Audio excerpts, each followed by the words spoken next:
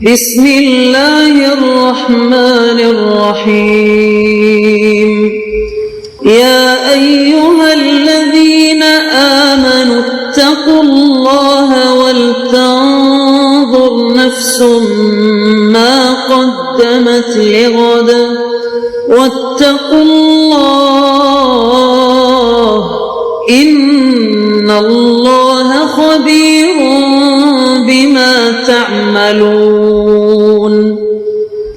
اے ایمان والو، اللہ سے ڈرتے رہو اور ہر شخص کو دیکھنا چاہیے کہ اس نے کل یعنی آخرت کے لیے کیا سامان بھیجا ہے، اور ہم پھر کہتے ہیں کہ اللہ سے ڈرتے رہو، بے شک اللہ تمہارے سب اعمال سے خبردار ہے۔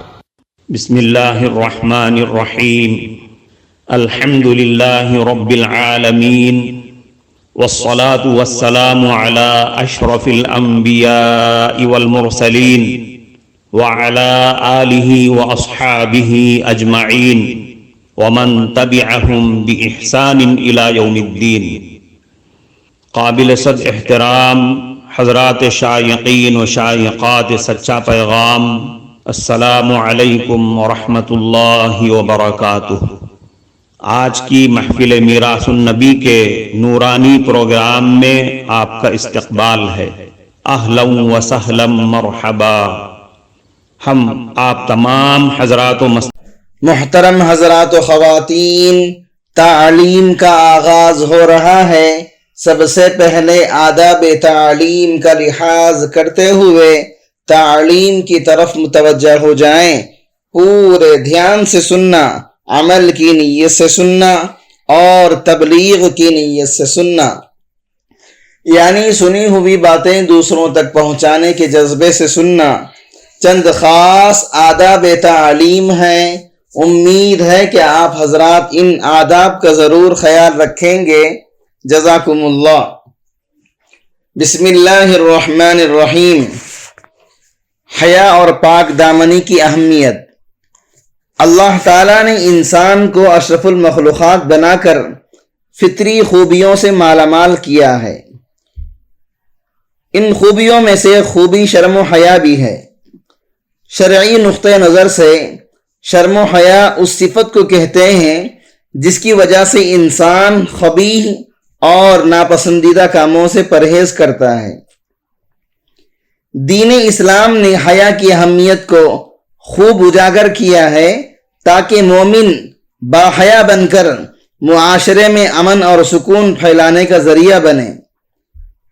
نبی اکرم صلی اللہ علیہ وسلم نے ایک مرتبہ ایک انصاری صحابی کو دیکھا جو اپنے بھائی کو سمجھا رہا تھا کہ زیادہ شرم نہ کیا کرو۔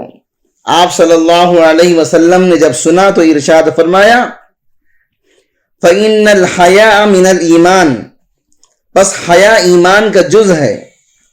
ایک دوسری حدیث میں رسول اکرم صلی اللہ علیہ وسلم نے ارشاد فرمایا، الحیاء لا یأتی الا بخیر، حیا خیر ہی کی موجب ہوتی ہے، یعنی حیا اچھا ہی کو لاتی ہے۔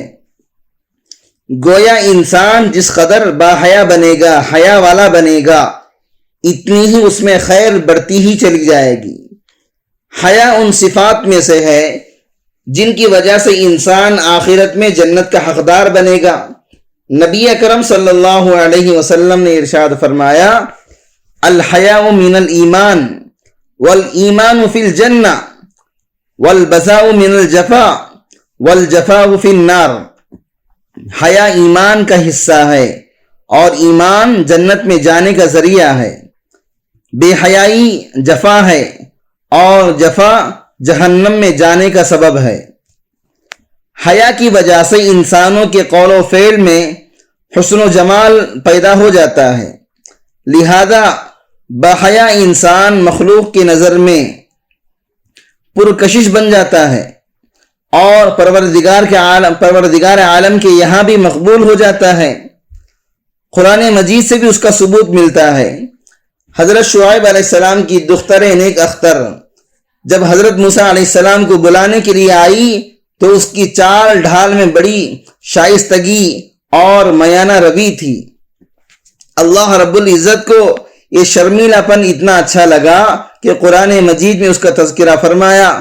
ارشاد باری تعالی ہے وَجَاءَتْهُ إِحْدَاهُمَا تَمْشِي عَلَى اسْتِحْيَاءٍ، اور آئی ان کے پاس ان میں سے ایک لڑکی شرماتی ہوئی۔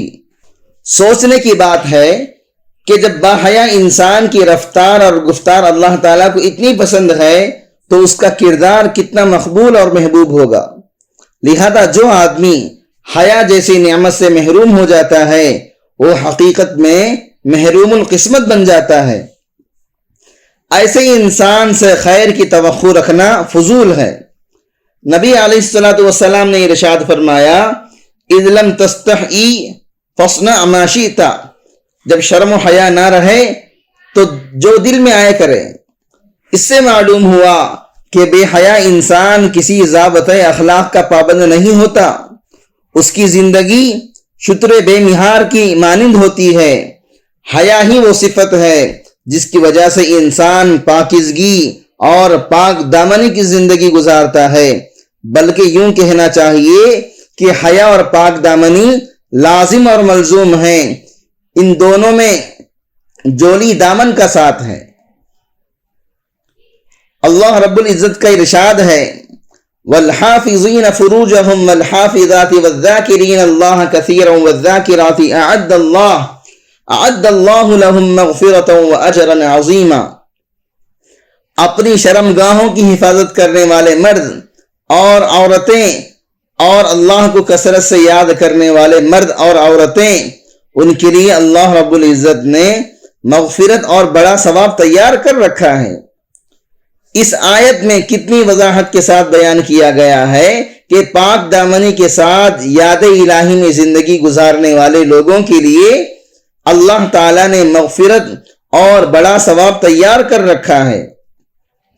ثواب سے مراد دنیا کی برکتیں اور آخرت کی نعمتیں ہیں، جبکہ مغفرت سے مراد یہ ہے کہ پاک دامن آدمی سے ہونے والی دوسری غلطیوں کو اللہ رب العزت جلدی معاف کر دیتے ہیں۔ یہ بات مشاہدے میں آئی ہے کہ جو طالب علم پڑھائی میں لائق اور محنتی ہوتا ہے، استاد اس کی دوسری کوتاہیوں کو نظر انداز کر دیتا ہے۔ اجر کے ساتھ ساتھ عظیم کا لفظ نشاندہی کر رہا ہے کہ پاک دامنی پر ملنے والا انعام عام معمول سے زیادہ ہوتا ہے۔ ویسے بھی دستور یہی ہے کہ بڑے لوگ جس چیز کو بڑا کہہ دیں وہ واقعی بہت بڑی چیز ہوتی ہے۔ یہاں تو پروردگار عالم پاک دامنی پر ملنے والے اجر کو بڑا کہہ رہے ہیں تو واقعی وہ انعام بہت بڑا ہوگا۔ مبارکباد کے لائق ہیں وہ خوش نصیب ہستیاں جو پاک دامنی کی زندگی گزار کر ایسے اجر کی مستحق بن جاتی ہیں۔ محترم ناظرین کرام، اس دینی اور ایمانی بیان کو سننے کے دوران ہی اس کو لائک کر دیجئے اور شیئر بھی کر دیجئے تاکہ دوسرے بھی اس سے فائدہ اٹھا سکیں۔ اللہ آپ کو جزائے خیر عطا فرمائے۔ اللہ رب العزت کا ارشاد ہے قد افلح المؤمنون، اور آگے اللہ تعالیٰ خود کہتا ہے والذین هم لفروجہم حافظون، تحقیق فلاح پا گئے، کامیاب ہو گئے وہ مومن جو اپنے شرم گاہوں کی حفاظت کرتے ہیں۔ اس آیت مبارکہ میں فلاح پانے والے مومن کی چند صفات کا تذکرہ کیا گیا ہے، جن میں سے ایک صفت پاک دامنی بھی ہے۔ اس سے معلوم ہوا کہ پس فلاح کامل پاک دامن لوگوں کو ہی مل سکتی ہے۔ عربی زبان میں فلاح کہتے ہیں ایسی کامیابی کو جس کے بعد ناکامی نہ ہو، ایسی خوشی کو جس کے بعد کوئی غمی نہ ہو، اور اللہ تعالیٰ کے یہاں ایسی عزت ملنے کو جس کے بعد ذلت نہ ہو۔ نبی اکرم صلی اللہ علیہ وسلم نے ارشاد فرمایا اے قریش کے نوجوانوں، اپنی شرم گاہوں کی حفاظت کرو، زنا مت کرو، جو اپنی شہوت گاہ کو محفوظ رکھے گا اس کے لیے جنت ہے۔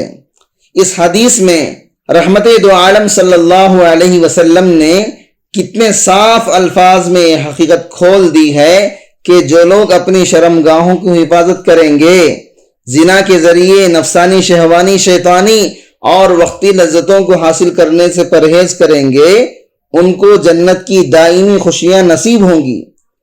اسے کہتے ہیں محنت تھوڑی اور اجر زیادہ۔ حضرت نثار فتحی کہتے ہیں نور میں ہو یا نار میں رہنا، ہر جگہ ذکر یار میں رہنا، چند جھوکے خزاں کے بس سہ لو، پھر ہمیشہ بہار میں رہنا۔ روم کے بادشاہ ہرقل نے جب ابو سفیان سے پوچھا کہ آپ صلی اللہ علیہ وسلم کن چیزوں کی تعلیم دیتے ہیں، تو اگرچہ ابو سفیان اس وقت تک مسلمان نہیں ہوئے تھے، انہوں نے سیدھے سادے الفاظ میں تعلیمات نبوی صلی اللہ علیہ وسلم کا خاکہ یوں پیش کیا: یأمرنا بالصلاة والصدقة والعفاف والصلة، وہ ہمیں نماز، صدقہ، پاک دامنی اور صلہ رحمی کا حکم دیتے ہیں۔ معلوم ہوا کہ پاک دامنی کی تلقین اسلام کی بنیادی تعلیمات میں سے ہے، بلکہ یوں کہنا چاہیے کہ اسلامی معاشرے کی عمارت جن ستونوں پر کھڑی ہوتی ہے ان میں سے ایک ستون کا نام پاک دامنی بھی ہے۔ کفارہ مجلس کی دعا پڑھ لیجئے۔ سبحانک اللہم و بحمدک، اشہد ان لا الہ الا انت، استغفرک و اتوب الیک۔ معزز شائقین و شائقات سچا پیغام، آپ کو اندازہ لگ گیا ہوگا کہ یہ مضمون کتنا اہم ہے اور کس قدر فائدہ مند ہے۔ کم سے کم درجے میں سوشل میڈیا کے ذریعے سے بھی ہم اس کو زیادہ سے زیادہ شیئر کریں گے تو دعوت کے فریضے کی کوششوں میں ہم بھی اپنا کچھ حصہ ڈالنے والے بن سکتے ہیں۔ لہٰذا زیادہ سے زیادہ اس کو عام کریں تاکہ پوری دنیا کے ہندوؤں کی غلط فہمی دور ہو جائے اور انہیں یہ زمینی حقیقت معلوم ہو جائے، اور وہ اپنے اصل مذہبی لیڈر پیغمبر آخر الزماں حضرت محمد الرسول اللہ صلی اللہ علیہ وسلم کو ماننے پر مجبور ہو جائیں اور کلمہ پڑھ کر آپ کے ساتھ ساتھ وہ بھی جنت میں جانے والے بن جائیں۔